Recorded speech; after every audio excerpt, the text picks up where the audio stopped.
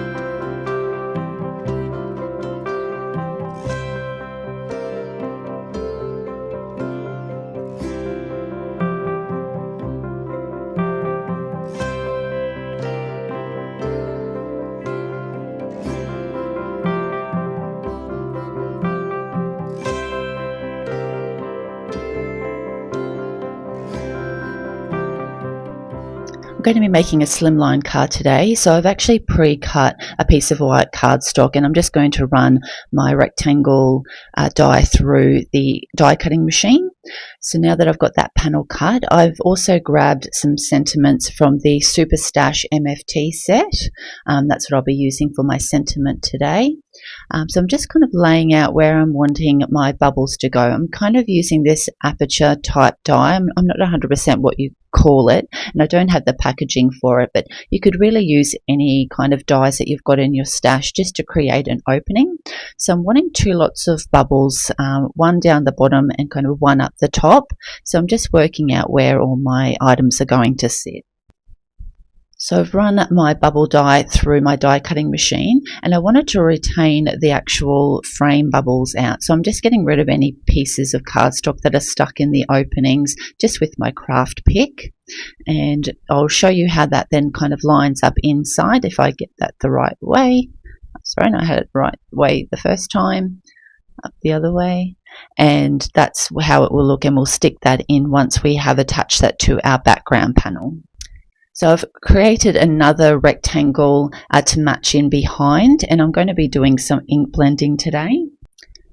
For my bottom bubbles, I'm going to be using Chipped Sapphire and Uncharted Mariner, and then at the top of the background I'm going to be using Broken China and Tumbled Glass.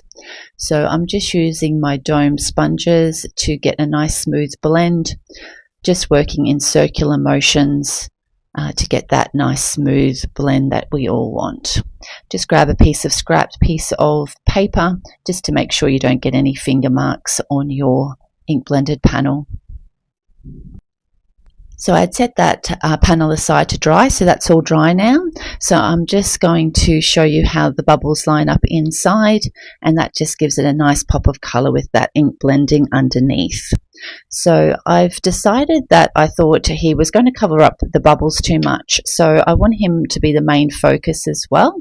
So I want him popped up in the middle of the card, and I'm going to stamp out the sentiment now, which I was going to stamp directly onto the front of the card, but now I'll just do some white heat embossing on some navy blue cardstock to match in with my blue colour scheme that I'm going for this card. So I'm just using some anti-static powder tool and my Versamark watermark ink, and I'm going to ink up that sentiment. I normally like to do that twice to make sure you get a nice impression for the embossing powder to stick to. Then I'll grab my folded up piece of white printer paper so that it collects any extra powder, and get that sprinkled on. Give it a tap off and sprinkle again to make sure you've got a good coverage on your panel. I'll then grab my preheated heat gun and we'll just get that melted, and we'll set that aside to dry before we get that die cut out. I'll be popping both the sentiment and Scuba Scot up with some foam tape. So I'll be applying this actual white background panel directly to the ink blended panel. So I'm putting a generous amount of glue on, especially going into where those bubble sections go, to make sure that it's fully glued down when I attach it to the ink blended panel. As these are the same size, it's perfect for lining up. So that lines up wonderfully, and we'll let that dry. We're also needing to add some small amounts of glue to our circle bubbles. So I'm going to show you one and then I'll do the other off camera. But you just need a small amount. You don't want too much because you don't want any glue seeping out onto your ink blended background. So just do like small little dabs on all those bubbles. Line that up, and I always like to put in one end first so that you make sure it's all lined up, and press that in. I've pre-cut and scored a blue card base, slimline card base. All the measurements will be in the description box below. I've added glue to the back of my background panel and just going to adhere that with a nice border around the edge. I've added some foam tape already to Scuba Scott, but I just wanted to show you with his little spear, I want to make sure that's supported as well. So I've just grabbed out some very thin strips of foam tape that I have. I'm just working out where it will be able to sit without showing on the other side. You can kind of see it at the top, so if you move it a little bit further down, that will be hidden but still support that spear gun when it's attached to the card front. So we'll take off all the release paper and get Scuba Scot attached to the front. So I'll just add a little bit more near his hand to give that support. And let's pull off all the release paper, and I've also done that to the sentiment as well. So I'm just pulling everything off. Just place it around strategically in spots to make sure he's fully supported. And I'll grab my tweezers to help line him up on the front of the card. Making sure I don't have those tweezers on the foam tape, so right in the center there, so he's the center of attention. Once he's lined up, give him a good press down, and then we'll add the sentiment up to the top left hand corner. So I've just die cut that out with a rounded stitched rectangle die that I had in my stash, and give that a press. So this is the finished card for today. Scuba Scot is so fun to colour up, and you could most probably do him in a multitude of colours. And with the actual die cutting out of your background panel, you can pretty much use anything that you have in your stash. I hope you've enjoyed today's card making tutorial. If you have, please hit the like button and leave a comment. And if you'd like to see any future videos, please make sure you hit the subscribe button. Thanks so much for watching. Have a great day. Bye.